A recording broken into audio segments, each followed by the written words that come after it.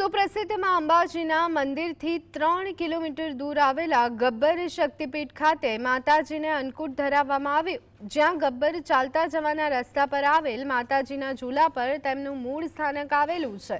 પુરાણોમાં ઉલ્લેખ છે કે હજારો વર્ષ પહેલા માં અંબા અહીં નિવાસ કરતા હતા।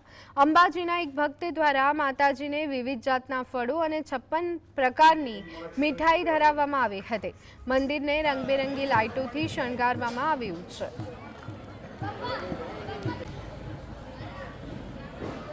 22-10-2025 થી નવા વર્ષની શરૂઆત થવાની તે દરમિયાન માતાજીના અહીંયા મંદિરની અંદર મંદિર સરસ શણગારવામાં આવ્યું છે।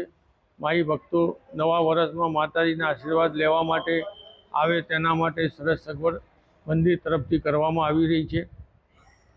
તે સમયે 22 તારીખથી માતાજીની સવારે મંગળા આરતી 6 વાગ્યાની રહેશે।